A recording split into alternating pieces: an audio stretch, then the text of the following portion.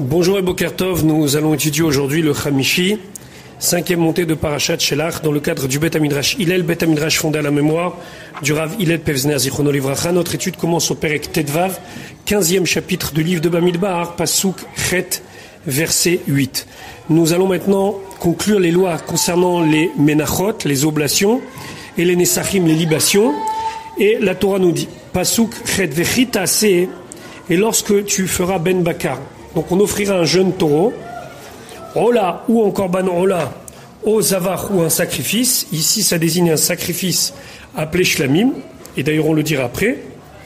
Les Falé Neder, pour avoir dit un vœu, donc c'est quelque part un remboursement d'un engagement qu'on a fait, au Shlamim ou bien en Korban Shlamim Lachem, comme Korban Shlamim pour Dieu. Shlamim désigne un Korban où tout le monde est content, puisque une partie est sur le Misbech, une partie est au Kohanim, et une partie pour les propriétaires. Donc, on sait que les Menachot et les Nesachim sont proportionnels à la nature du Korban, c'est-à-dire qu'est-ce qu'on amène, un bélier, un taureau ou autre, et deuxièmement, la quantité de Korban, puisque ça va être proportionnel au nombre de bêtes amenées.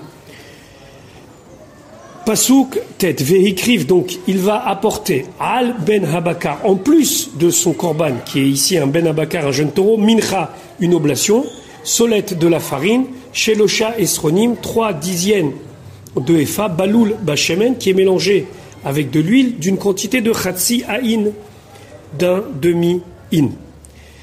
Pasuk Yud, Veyaïn, il devra aussi amener du vin, Takriv, donc il va apporter la Neser comme libation, Chatsi Aïn, un demi-in, Ishe, donc c'est un sacrifice par le feu, Riach Nechuach Lachem, une odeur agréable pour Dieu.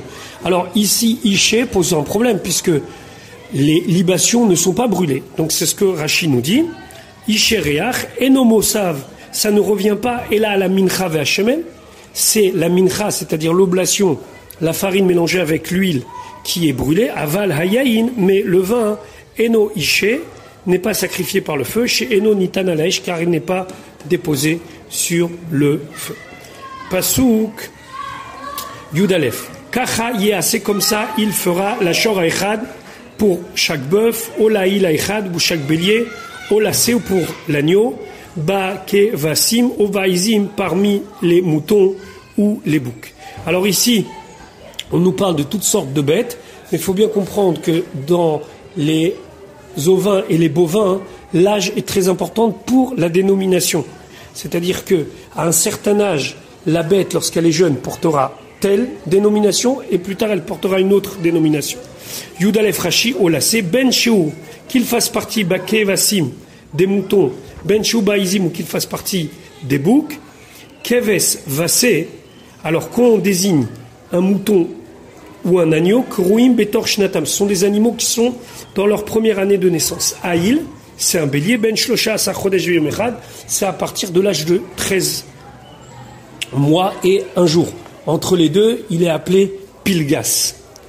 Pasuk Yudbet Kamispar, selon le nombre Asher Tasso que vous allez faire, Kachatasu, ainsi vous allez faire la Echad pour l'un, Kemisparam, selon leur nombre. Ça veut dire, pour prendre un exemple, s'il va amener 3 Ben Bakar, alors il faudra multiplier les oblations et les libations proportionnellement au nombre d'animaux.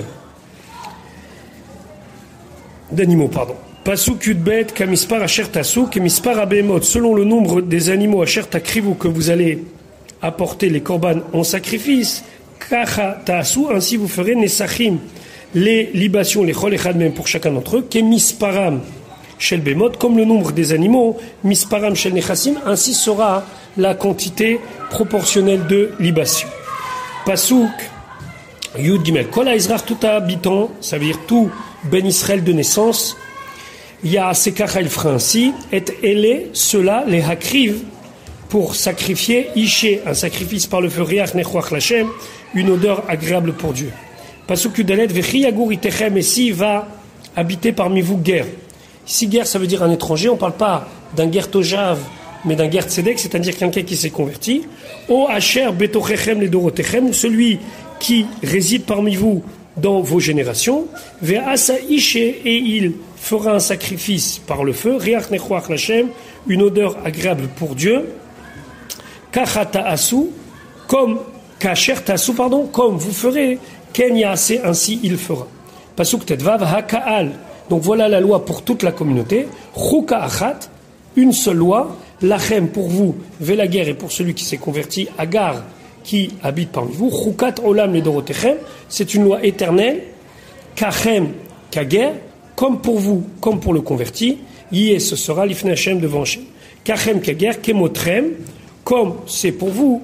Ken ger, c'est ainsi pour le converti. Vchen derech lachon ivrit. Et des fois, en hébreu, il y a des tournures de phrases qui reprennent à chaque fois le ke.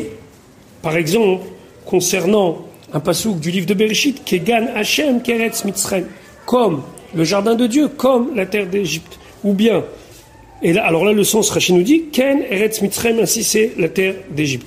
Donc la deuxième fois, c'est comme pour souligner bien la comparaison. C'est marqué Kamoni Kamocha, comme toi, comme moi.